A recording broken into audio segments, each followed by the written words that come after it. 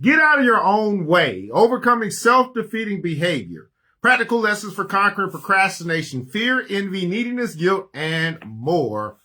Today we're discussing assuming the hard way is the right way. Assuming the hard way is the right way. The Apocrypha says this, and I quote, Seek not out the things that are too hard for thee, neither search the things that are above thy strength. Seek not out the things that are too hard for thee or you, neither search the things that are above your strength. When Paul first came to see me, I assumed he was just another graduate student grappling with the excessive demands of his training. He was depressed and suffering from constant headaches and insomnia. He bristled at my suggestion that he take a sabbatical. I'm not a quitter, he said. I can take it. I just need some medication. In fact, he needed a total overhaul of his perspective. As I got to know him, I realized Paul was different from other stressed out students. For one thing, the goal of actually practicing architecture one day did not burn in his breast. Moreover, he had struggled throughout his undergraduate years with science and math, key disciplines for architects, and continued to work twice as hard as his classmates to grasp basic material. Why was he doing all this? Because he was raised to believe that nothing worthwhile came easily, that the only work deserving of the name was hard work.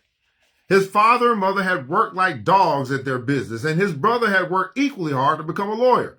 Each time Paul thought of dropping out, he was gripped by shame and pushed himself even harder. In discussing what Paul might do to relax a bit, I learned that he spent whatever spare time he had helping his former high school basketball coach. He loved this and wished he had more time for it.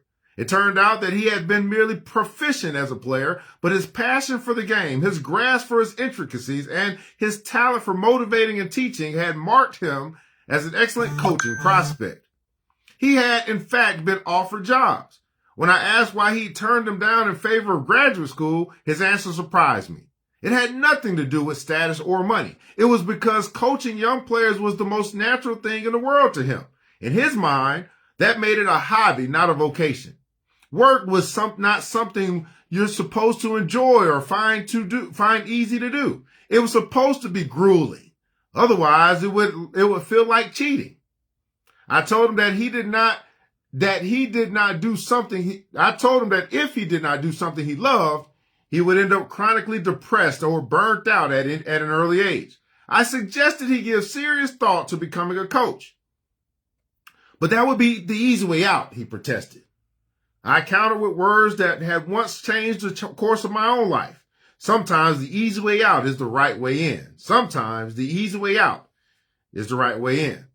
Our society reverses hard work so much that we often consider ourselves lazy or escapists when we choose what is pleasurable or comfortable.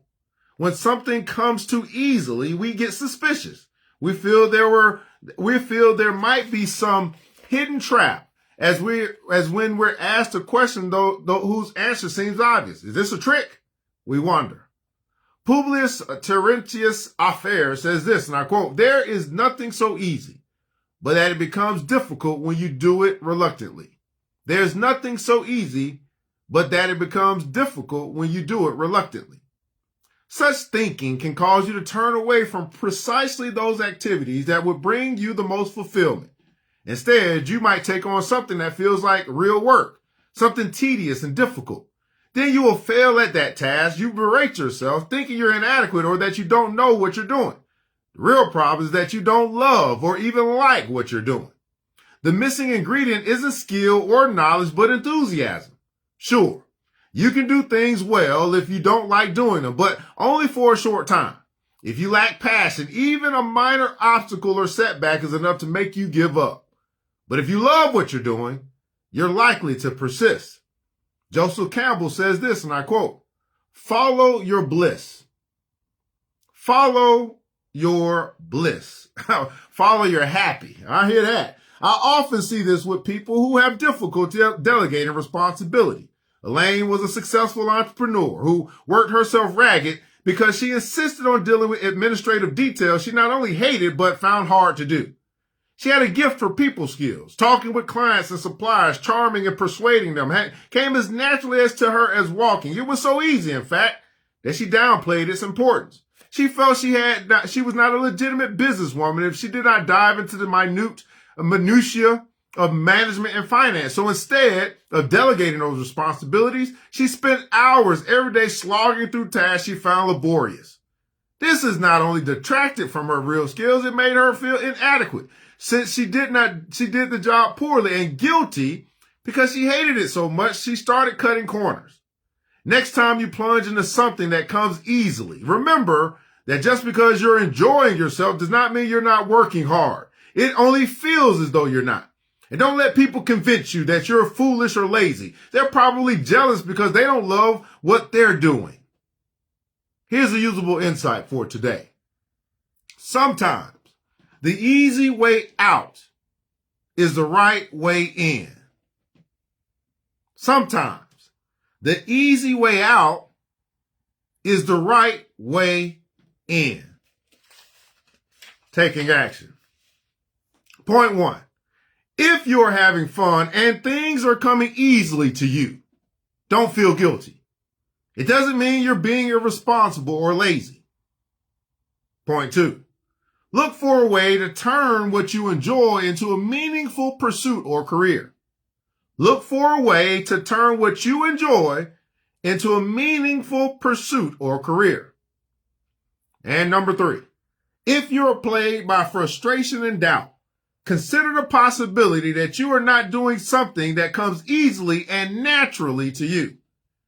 If you're plagued by frustration and doubt, consider the possibility that you're not doing something that comes easily and naturally to you. Assuming the hard way is the right way. Get out of your own way. Overcoming self-defeating behavior. Practical lessons for conquering procrastination, fear, envy, neediness, guilt, and more. Authors Mark Goulston, MD, and Philip Goldberg.